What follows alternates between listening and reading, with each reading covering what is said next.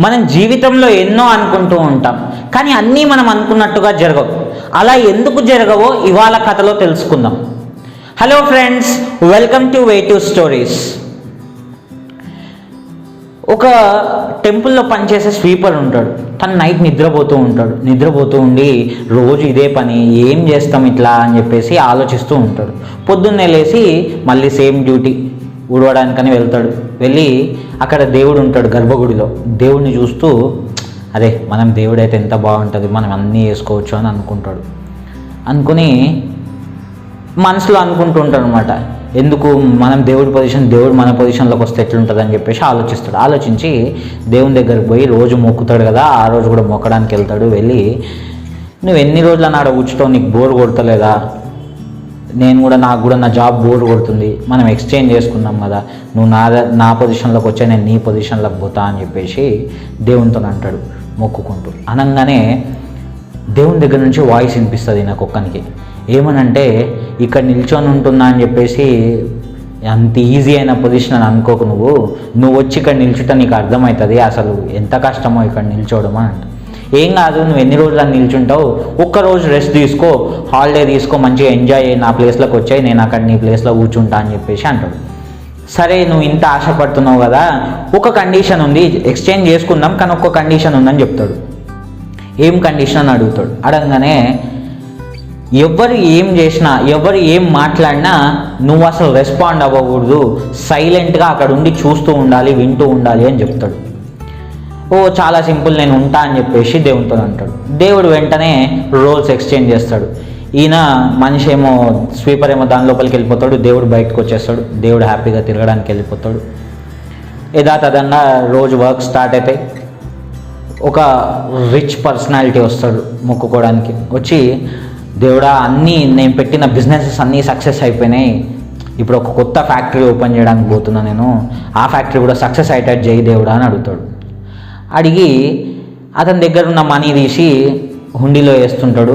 వేసేసిన తర్వాత వ్యాలె సరిగ్గా పెట్టుకోవడం మర్చిపోగానే ఆ వ్యాలె కింద పడిపోతుంది. చూసుకోకుండా వెళ్ళిపోతాడు. వెళ్ళిపోయిన తర్వాత కొద్దిసేపటి తర్వాత ఒక పూర్ పర్సన్ వచ్చి దేవుణ్ణి మొక్కుకుంటాడు అనమాట. దేవుడా, నాకు అన్ని కష్టాలే ఉన్నాయి, మా ఇంట్లో ఇప్పుడు మెడిసిన్స్ అవసరం, ఒక్క పైసా కూడా లేదు, ఉన్న ఒక్క రూపాయి కూడా నీకు వేస్తున్నా, నాకు మెడిసిన్స్ కొనుక్కునే మనీ నాకు ఇప్పి దేవుడా అని చెప్పేసి దేవుడిని అడుగుతాడు. అడగంగానే అక్కడ కింద పర్స్ కనిపిస్తుంది. అరే, దేవుడు నా కోసమే ఇచ్చినట్టున్నాడు ఇది అని చెప్పేసి ఆ పర్స్లో ఉన్న మనీ తీసుకొని పర్స్ అక్కడ పెట్టేసి ఆ మనీ తీసుకొని వెళ్ళిపోతాడు. వెళ్ళిపోయిన తర్వాత కొద్దిసేపటికి ఒక పడవ నడుపుకునే అతను వస్తాడు. వచ్చి దేవుణ్ణి మొక్కుకుంటాడు. దేవుడా, నేను 15 రోజుల వరకు నేను సీ లోపలికి వెళ్తున్నా, ఫిషింగ్కి వెళ్తున్నా, నా ఫ్యామిలీని మంచిగా చూడు, నన్ను కూడా క్షేమంగా తిరిగి వచ్చేటట్టు చేయి దేవుడా అని చెప్పేసి మొక్కుకుంటాడు. మొక్కుకొని తిరిగి లేసేసరికి అక్కడ కింద పర్స్ కనిపిస్తుంది. అదే, ఇది పర్స్ బాగుంది కదా అని చెప్పేసి తీసుకొని జోబులో పెట్టుకొని వెళ్తూ ఉంటాడు. ఇంత లోపల ఆ ఫస్ట్ పర్స్ మర్చిపోయిన రిచ్ పర్సనాలిటీ వస్తాడు. పోలీసుని తీసుకొని వస్తాడు. వచ్చి, ఇంకో ఈ పర్సనే నా వ్యాలెట్ తీసుకొని వెళ్తున్నాడు అని చెప్పేసి చెప్తాడు. చెప్పంగానే చెక్ చేస్తే ఆయన లోపల పర్స్ ఉంటుంది. చూస్తే మనీ ఉండవు. అది పోలీస్ తెలిసి, నువ్వు పర్స్ ఎట్లా దొంగతనం చేసినావు, పైసలు ఎక్కడ ఉన్నాయని చెప్పేసి అడిగితే, నాకు తెలియదు అని చెప్పేసి, నాకు దొరికింది ఇది, నాకు తెలియదు అని అంటాడు. జైలుకి వా అని చెప్పేసి తీసుకొని పోయి ఇదంతా చూస్తుంటాడు. ఇదంతా అక్కడ నిల్చొని దేవుని పొజిషన్లో ఉన్న స్వీపర్ చూస్తుంటాడు. ఫస్ట్ ఆయన పర్స్ మర్చిపోతాడు, ఏమన్నాడు. నెక్స్ట్ ఈమె మనీ తీసుకొని పోతుంది, ఏం మాట్లాడాడు. ఇప్పుడు ఇంకా మాట్లాడకపోతే చాలా కష్టం. దేవుడున్నా కన్ఫర్మ్గా ఇదే పని చేస్తాడు, కన్ఫర్మ్గా మాట్లాడతాడు, చెప్తాడు అని చెప్పేసి, నేను దేవుణ్ణి, ఆ పర్స్ తీసుకుపోయింది తను కాదు, ఆ పర్స్లో ఉన్న మనీ ఇంతకుముందు వచ్చిన ఒక పూర్ పర్సన్ తీసుకొని వెళ్ళిండు, అక్కడ వెళ్తున్నాడు చూడండి అని చెప్పేసి తనని పట్టించిన తర్వాత ఈ సేలర్ యాజ్ యూజువల్గా తన పని మీద తను వెళ్ళిపోతాడు. ఆయన మనీ ఆయనకి దొరుకుతాయి, రిచ్ పర్సన్కి. పూర్ పర్సన్ని జైల్లో పెట్టేస్తాడు.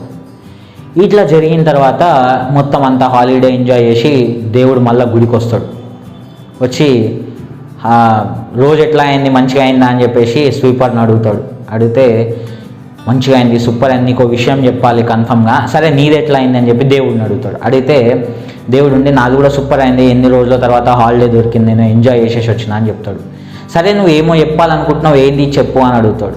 అడిగితే కన్ఫామ్గా నువ్వు ఇది విన్న తర్వాత చాలా గర్వపడతావు నేను చేసిన పనికి అని చెప్తాడు. చెప్పిన తర్వాత సరే ఏందో చెప్పు అంటాడు. ఆ స్వీపర్ స్టార్ట్ చేస్తాడు. నేను నీ పొజిషన్లో ఉన్నాక ఇట్లా ఫస్ట్ ఒక రిచ్ పర్సన్ వచ్చి ఇట్లా పర్స్ పడేసుకున్నాడు, ఆ తర్వాత పూర్ పర్సన్ వచ్చిండు మనీ తీసుకొని వెళ్ళిపోయాడు, థర్డ్ పర్సన్ అరెస్ట్ చేయబోతుంటే నేను కాపాడినా అని చెప్తాడు. చెప్తే అరే పిచ్చోడా, నువ్వు ఎందుకు నిన్ను మాట్లాడొద్దని చెప్పినా కదా, మాట్లాడొద్దని చెప్తే ఎందుకు మాట్లాడినావు, నువ్వు ఎంత తప్పు పని చేసినావు తెలుసా నీకు అని అంటాడు. ఎందుకు ఏం చేసినా కాపాడినా కదా నేను అంటాడు. అంటే దేవుడు ఇమ్మీడియట్గా ఉంటాడు, నా ప్లాన్ వేరేలాగా ఉంది వీళ్ళ కోసం, నువ్వు మొత్తం ఖరాబ్ చేసినావని చెప్తాడు. ఏమైంది అని అడుగుతాడు. అడిగితే చూడు ఫస్ట్ పర్సన్ చాలా రిచ్ పర్సన్, చాలా దోపిడీలు చేసి చాలామందిని మోసం చేసి డబ్బు సంపాదించిండు. ఆ కొంచెం డబ్బన్నా ఆ పూర్ పర్సన్కి వెళ్ళి వాళ్ళ ఇంట్లో మెడిసిన్స్ కొనుక్కుంటే ఆయన కర్మ కొంచెం తగ్గేది, కొంచెం పుణ్యం దక్కేది, ఆయనకి కొంచెం హ్యాపీగా ఉండేటోడు. వీళ్ళ ఇంట్లో మెడిసిన్స్ దొరికేవి, వాళ్ళ ఇంట్లో కూడా హ్యాపీ ఉండేటోడు. ఆ సెయిలర్ ఏమో 15 days బయటికి వెళ్తున్నాడు, ఇప్పుడు ఆ సముద్రంలో పెద్ద తుఫాన్ ఉంది, ఇప్పుడు నువ్వేం చేసినావు, ఆ సెయిలర్ని సెయిలింగ్కి పంపించినావు.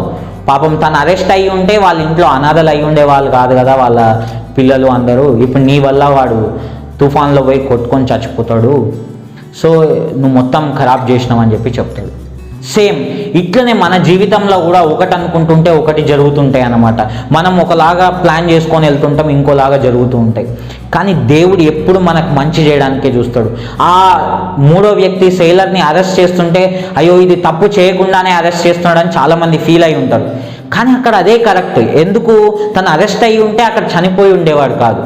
రెండో వ్యక్తి మనీ తీసుకొని పోయి ఉండాలి, పోయి ఉంటే వాళ్ళ ఇంట్లో ఒక మెడిసిన్స్ దొరికేవి, వాళ్ళ ఇంట్లో కూడా హ్యాపీగా ఉండేటోళ్ళు. ఆ మొదటి వ్యక్తికి కూడా కర్మ కొంచెం తగ్గి కొంచెం పుణ్యం దక్కి చాలా హ్యాపీగా ఉండేది వాళ్ళ ఫ్యామిలీ కూడా. ఇవన్నీ జరగకుండా ఒక మనిషి దాన్ని నాశనం చేసిండు. దేవుడు మాత్రం ఎప్పుడు మనకు మంచి చేయాలనే అనుకుంటాడు. మనమే వాటిని గ్రహించలేక కష్టపడుతూ ఉంటాం మన లైఫ్లో. సో ఏది జరిగినా మన మంచి కోసమే జరుగుతుంది, ఇది దేవుడు మన కోసం ఏదో మంచి చేయడానికే ఇస్తున్నాడని బిలీవ్ చేసి ముందుకెళ్తే కాన్ఫిడెంట్గా మనం ప్రాబ్లమ్స్ని ఫేస్ చేయగలుగుతాం. That's all my friends, bye bye.